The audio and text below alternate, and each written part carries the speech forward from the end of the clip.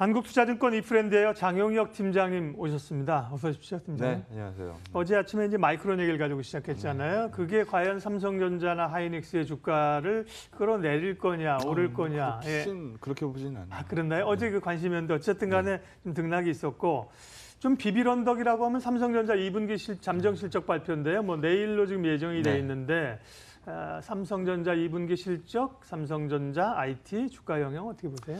일단 삼성전자 얘기하기 전에 주 초반만 하더라도 잠정 실적 발표일이 원래 오늘이었습니다만 지금 이제 내일로 얘기가 나오고 있는 상황입니다. 뭐 오늘이든 내일이든 이렇게 뭐가 중요하겠어요? 숫자 나오는 게 중요한 거지. 그리고 간밤에 있었던 이 미증시는 이 독립기념일 휴장이었습니다만 돌아가는 얘기들 조금만 더 설명을 드리면 과거 같으면은 트럼프가 이제 칼 갈고 이제 연설장에 나갔을 때 대부분 갈았던 칼을 몇 번 휘두르고 나오는 편이잖아요. 이제까지 봤을 땐 대부분 그랬죠. 어제 독립기념일 기념연설에서는 무역 분쟁 관련된 얘기가 나왔을까요? 안 나왔을까요? 이 보도 보면 그런 거 나온 게 없죠. 안 나왔더라고요. 그리고 항상 떠들고 나면은 트윗으로 이 마무리를 지었었는데 당연히 뭐 안 떠들었으니까 트윗에서도 떠들 게 없었겠죠. 그래서 전일 같은 경우에는 지금 시장의 예측은 그렇습니다. 일단 이 미국이 중국에 대해서 이 관세 부과를 때려낼 것 같아요. 당장 내일 저녁 있을 일이잖아요. 그래서 이게 얌전히 지나간다라고 보기 조금 어려워진 상황이어서 관세 부과를 할 가능성이 굉장히 높아져 있다라고 시장은 보고 있습니다. 그러니까 최근 시장이 그렇게 영향을 많이 받았겠죠. 근데 어제 미 상공회의소 우리하고 비슷한 이 위치라고 보시면 될 것 같은데 미 상공회의소에서도 무역 분쟁 이거 하지 말자 이거 뭐 득이 없다라는 쪽으로 계속 좀 다시 생각해 보지 그래요. 뭐 이런 식의 이 반응을 계속 보여주고 있어서 트럼프가 얼마나 움직일지 모르겠습니다만 어쨌든 어제도 중국 증시 같은 경우에는 1% 빠졌죠. 얼어있는 증시 분위기는 뭐 그대로 보여주고 있는 상황이고요. 다만 환시 쪽에서 추가적으로 이제 뭐 리스크를 반영하는 움직임들이 좀 작아진 상태라 그 이전보다는 뭐 하락 강도 쪽에서 우려가 좀 얕아진 상황이다라고 보시면 될 것 같습니다. 그리고 어제 이 삼성전자 얘기를 좀 해보면 마이크론이 전 그 뉴스가 뭐 어제도 말씀드렸던 것처럼 이 팩트인지 아닌지 잘 모르겠어요. 지방법원에서 일부 나온 이 발표기 때문에 중국에서의 뭐 공식적인 발표도 없고 뭐 마이크론에서 뭐 중국 측에서 이런 통보를 받았다라는 발표도 없는 상황에서 이게 뭐 시장에 굉장히 큰 충격을 줄 거다 이렇게 보지는 않고요. 만약에 사실이다라고 한다면은 중장기적으로 봤을 때는 삼성전자 하이닉스도 좋을 건 없을 거예요. 왜냐하면 이 무역 분쟁이 정말 아카일로로 치닫는다는 얘기거든요. 마이크론 매출의 절반 값을 이 시장을 잃어버리는 건 물론 마이크론이 그대로 물러서지 않고 뭐 홍콩으로 쿠션 쳐가지고 넘기든지 이렇게 이 루트를 미국에서 직수출만 제외를 이 제재를 받는 거기 때문에 쿠션 작용을 만들어내겠죠. 그래서 그런 식으로 해결을 하겠습니다만 어쨌든 큰 그림에서 봤을 때는 이 무역 분쟁이 아카일로로 치닫았다는 얘기잖아요. 그렇게 되면 시장이 사실상 좋을 건 별로 없죠. 그리고 반도체 굴기 얘기를 워낙 오래 해온 중국이기 때문에 지금 당장은 안 되지만 지금은 마이크론을 때렸지만 나중에 이게 삼성전자 하이닉스가 될 수도 있는 거거든요. 그래서 이게 뭐 긍정적인 뉴스는 절대 아닙니다. 하지만 단기적인 시각으로 봤을 때 지금 당장 중국에서 소화하고 있는 웨이퍼 양을 보더라도 정말 미미한 양이거든요. 그러니까 중국이 지금 제대로 이 반도체 기술력을 소화하고 있지 못한 상황에서 마이크론 매출 끊기는 부분을 당장 다른 데서는 수요를 받아야 될 거 아닙니까? 공급을. 그래서 그건 뭐 삼성전자 하이닉스한테 단기적인 이익이 될 수도 있을 것 같습니다. 그래서 뭐 시장에 큰 충격을 주는 내용이라고 보고 있지는 않고요. 뭐 이 미국 차 얘기도 좀 섞어서 얘기를 하면 뭐 당장 내일 저녁에 있을 얘기니까 조금씩 이제 얘기를 준비를 해보면 중국이 과거에 이제 수입차에 대해서 25% 관세를 때리다가 이 15%로 낮췄어요. 그리고 나서 만약에 내일 미국이 한 방 땅 때리면 중국은 그대로 보복관세 때린다고 발표를 했으니까 중국이 지금 얘기하고 있는 거는 미국이 먼저 때리면 우리가 받아치겠다라는 그렇죠. 발표거든요. 그래서 뭐 대두 같은 경우에도 25% 추가 관세. 자동차 요즘 트럼프가 얘기 많이 하니까 자동차 얘기를 좀 예를 들어서 말씀을 드리면 원래 25%짜리가 15%로 낮아진 상황인데 이게 반영된 게 이번 1일서부터였거든요. 당장 7월 6일 날 한 대 맞고 나면 15%에다가 미국 차만 플러스 25% 관세. 그럼 미국 차에 대해서 중국 관세는 40%가 됩니다. 그럼 미국에서 건너오는 미국 차는 장사하지 말란 얘기죠. 그럼 미국 이 차들 중국에서 이 관세 피하려면 방법 딱 하나밖에 없어요. 어떻게 해야 될까요? 중국에서 찍어내야 돼요. 그럼 중국에서 찍어내려면은 저번에 할리 데이비슨 사태를 봤었던 것처럼 생산 공장 해외로 이전하겠다라고 얘기하니까 트럼프가 뭐라 그래요? 배반자라 그러죠. 그래서 지금 미국도 이 한 대 딱 때려냈을 때 얻을 데미지가 사실상 작지 않고 사실 미국이라는 국가가 누군가를 한 대 때렸을 때 그 데미지가 엄청날 거는 뭐 모두 다 알고 있는 사실이기 때문에 G2 간에 으르렁거리고 있는 분위기가 뭐 사실 불편할 수밖에 없는 게 요즘 뭐 시장의 모습입니다. 근데 어제 뭐 장중에 나왔던 뉴스입니다만 좀 의미 있는 거는 미국이 지금 GT 제재를 좀 풀어놨어요. 이제까지는 GT 못 죽여서 안 달랐었잖아요. 근데 미국에서 지금 당장 이 통신장비 쪽 이 공급 문제가 생기니까 GT 제재를 약간 풀어놓더라고요. 그러니까 여기서 보는 것처럼 이 줬다 풀었다가 반복적으로 나오는 이슈고 이해관계에 따라서 이 이슈가 변하고 있는 상황인 점을 좀 감안해 보면 한 7년여쯤 전에 차이나 모바일이 미국에서 통신 사업 한번 해보겠습니다라고 이 제시했었던 거 전전일이죠. 전전일 결국은 불가처리 났거든요. 그래서 이런 부분들이 무역 분쟁 얘기에서 악재도 요즘 많이 나오고 있지만 이 악재들을 얼마만큼 이 미국의 이해관계에 맞춰서 금융시장이 악재 해석을 해야 되느냐라는 부분은 요즘 좀 어려운 난제로 많이 남는 것 같습니다. 그래서 시장 참여자들 모두 다 똑같은 생각이에요. 일단 내일 지나서 생각합시다 라는 얘기 쪽으로 많이 모이고 있는 것 같고요. 시장 오래 보신 분들 아시겠습니다만 공개되고 나면 더 이상 호재도 아니고 악재도 아닙니다.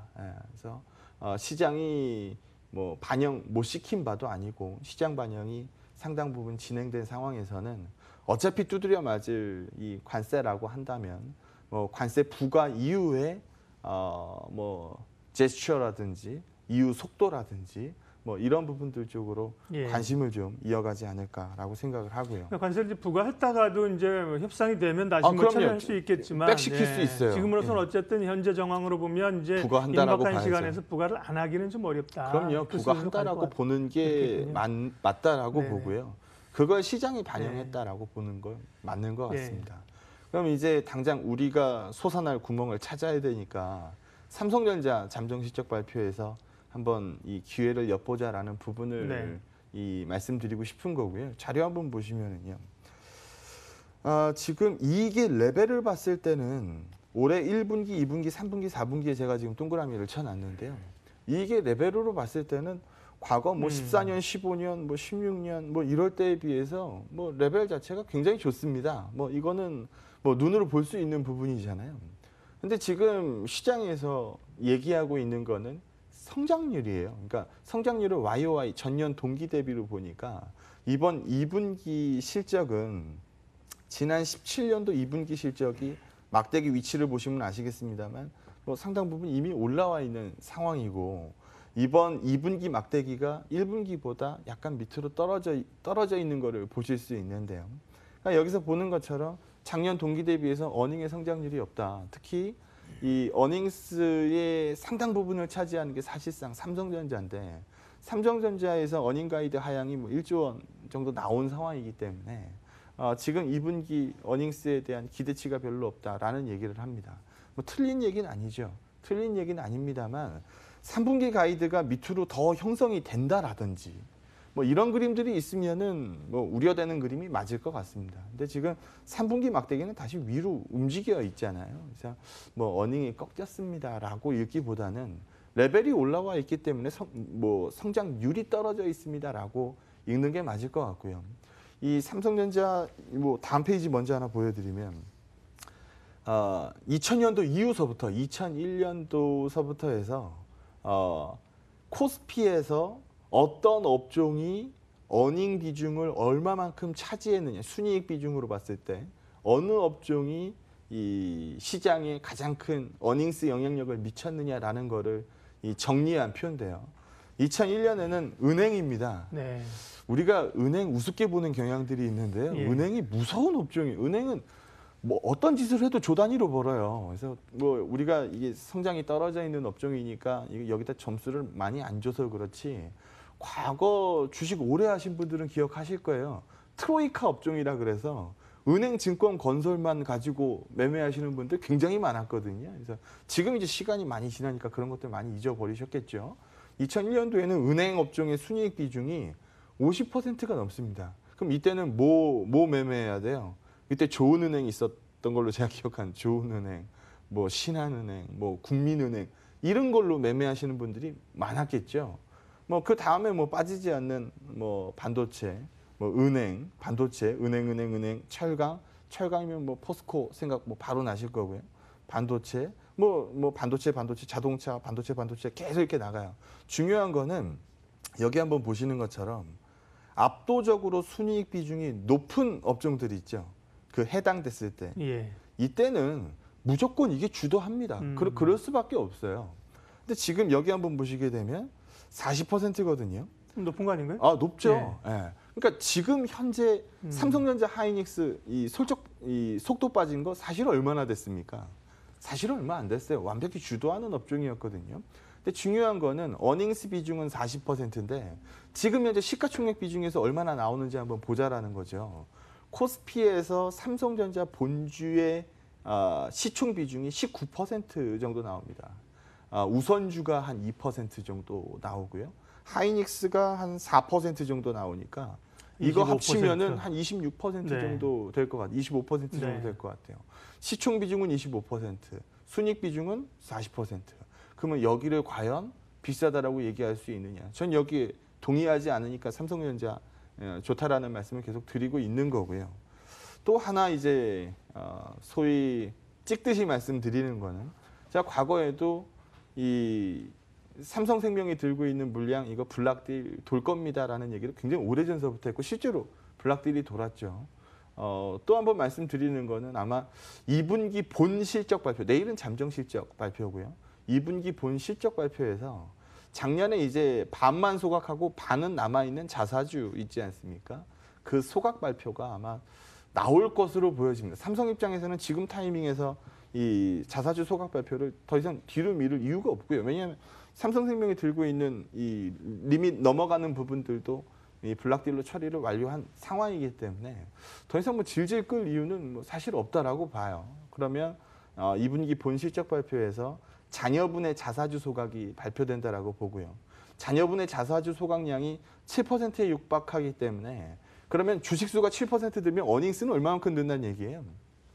쪼개면 100명이 이 피자를 나눠 먹다가 7명이 배불러서 뒤로 나갔다라고 보십시오. 그러면 93명이서 나머지 피자 한 판을 먹을 거 아닙니까? 그러면 먹는 어닝스에서 차지하는 이 파이들은 조금씩 커진다는 얘기입니다. 그럼 거기에 멀티플 곱하는 거는 뭐 다들 알고 계실 거고 그러면 주가가 바로 나온 EPS 곱하기 PER이 주가지 않습니까? 그래서 자사주 소각은 뭐 당연히 이 주가의 강세 요인일 수밖에 없는데요. 이런 부분들을 좀 기다리는 증시 분위기가 나올 것으로 판단이 좀 됩니다. 그러면 시장은 긍정적으로 좀 흘러가야 되는데 여기서 보시는 것처럼 뭐 위에 써놓은 이 표현이 악순환이죠. 어제도 비슷한 그림이 나왔어요. 어제도 외국인 선물은 한 2천억 매도 나갔습니다. 기관들의 매도가 1,530억 나갔고요. 요즘 외국인들이 현물에서 안 팔아요. 선물에서 팔죠. 그래서 외국인들이 선물을 찍어 누릅니다. 외국인들이 선물을 찍어 누르면 기관들의 현물값이 쫓아 내려가는. 그러니까 눌려 내려간다라는 표현이 맞을 것 같아요. 그래서 외국인들은 더 이상 현물 시장을 매도로 공격하지 않지만 선물 시장에 쌓여 있는 매도 포지션을 강화시키면서 기관들의 매도물이 쌓이고 그 기관들의 매도물이 요즘 같은 분위기에 매수 열심히 서 있는 투자자분들이 얼마나 되겠어요? 매수가 다 뒤로 밀어나 있는 상황이거든요. 여기에 매도물이 쏟아지는 거니까 당연히 시장이 날려 빠질 수밖에 없죠. 그래서 요즘 변동성이 커지는 분위기를 만들 수밖에 없는 수급 분위기 이런 것들을 보여주고 있다. 그래서 삼성전자 본실적 발표에서 뭐 우리가 지금 갖고 있는 하단 가이드는 15조가 안 될지도 몰라라는 가이드거든요. 그래서 요 숫자가 공개된다 하더라도 사실 시장에 부담은 없고 요거보다 잘 나온다라고 하면은 뭐 서프라이즈 평가 받을 거고 3분기 가이드는 다시 한번 하단은 16조로 깔고 있는 상황이기 때문에 어닝 증가에 대한 가이드가 생길 수 있는 삼성전자 넘버원 값이잖아요. 이게 주는 대표성이 있으니까요. 내일 잠정 실적 발표 이후에 삼성전자 탄력 부활 이게 미중 관세 부과 이후 시점과 딱 맞아 떨어지는 이 상황이기 때문에 그 이후 시장을 한번 유심히 지켜보도록 하겠습니다. 네. 다행히 시장이 뭐 일단 좀 급락은 진정된 상황입니다. 이만큼 빠졌는데요. 뭐. 그러니까요. 일단이라는 표현을 좀 쓰긴 썼습니다만 사실 어제 그제도 이제 오후장 되면 불안한 게 오후에 또 확 밀리는 거 아니야 이런 불안감들이 있는데 환율 상황도 그렇고 그런 그 불안감들은 좀 극복해 가고 있는데요. 예. 근데 말씀하신 것처럼 계속 밸류 얘기하는 것들은 그만큼 이제 찾을 만한 재료가 그쵸. 없다는 건데 예. 언제쯤 투심이 살아날까요? 뭐 증권쟁이가 밸류 얘기 계속 들먹이면 사실 시장 안 좋을 때 얘기예요. 증권쟁이가 막 이렇게 떠들어야 돼요. 이 비쌉니다 지금. 사실 비싸요. 뭐 주가 많이 올랐습니다. 근데 여기서 더 오를 수 있어요. 모멘텀이 살아 있습니다. 이렇게 떠들어야 먹히는 증시예요. 네. 근데 뭐 힘 빠진 얼굴로 나와가지고 쌉니다, 싸요, 싼데요 이렇게 얘기하면 뭐 대한민국 증시는 어제도 쌌고 그제도 쌌고 1년 전에도 쌌고 앞으로도 지속 쌌거든요. 그럼 앞으로도 쌀 수 있다는 얘기니까 싸다라는 얘기가 포커스가 돼서는 절대 안 돼요. 근데 요즘 싸다라는 얘기 말고는 별로 못 하고 있는 국면이 그만큼 시장이 재미없는 국면입니다. 근데 여기 한번 보시면 뭐 사실 이 표 요즘 지겹게 보셨을 거예요. 트레일링 PBR 1배 뭐 12개월 선행 PBR 1배는 앞으로 선행값 갖다 쓴 거니까 선행값에 추정치 오류가 있을 수 있잖아요. 그러니까 이건 약간 과대 계산될 가능성이 분명히 존재합니다. 하지만 트레일링 같은 경우에는 발표된 실적 기준이니까 이미 뭐 지금 2분기 실적이 발표 안 됐으니 1분기 기준으로 쌓여 있는 이 기업 가치들을 토대로 계산한 거잖아요. 그래서 증권사마다 뭐 약간 차이는 있을 수 있겠습니다만 뭐 대체적으로 보면은 뭐 2250, 2300 뭐 요 정도에서 이 트레일링 PBR 레벨을 형성을 시키거든요. 그럼 지금 그 정도 수준이라 요거 금융위 때 말고는 안 건드립디다. 그럼 여기서 뭐 지금 당장 모멘텀이 고픈 구간이긴 하지만 밑으로 쏟아지겠습니까? 이런 쪽 얘기로 많이 보고 있는 상황이고요. 뭐 이거를 무시할 수도 없는 게 굉장히 오래 누적된 데이터이기 그렇죠. 때문에 뭐 논리상으로 마지막 논리이긴 합니다만 무시할 논리는 절대 아니죠. 그리고 결국 외국인 수급이 시장 방향이라는 점은 뭐 다들 알고 계실 겁니다. 시장 빠질 때 외국인들 매도가 많을 수밖에 없잖아요.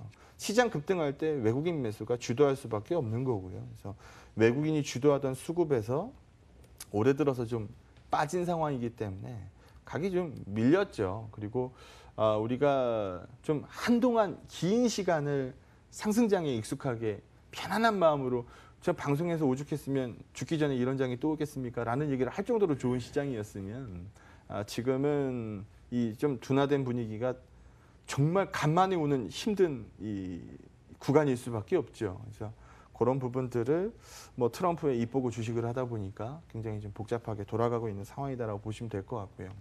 뭐 기다리고 있는 거는 환의 안정이었고 뭐 계속 말씀드렸던 것처럼 원 달러가 먼저 빠져야 됩니다라는 부분이거든요. 근데 계속 튀어오르다가 요즘에는 이제 장중에 찍었다가 밀리는 그림들이 어제도 장중에 찍었다가 밀리는 그림이 나왔고요.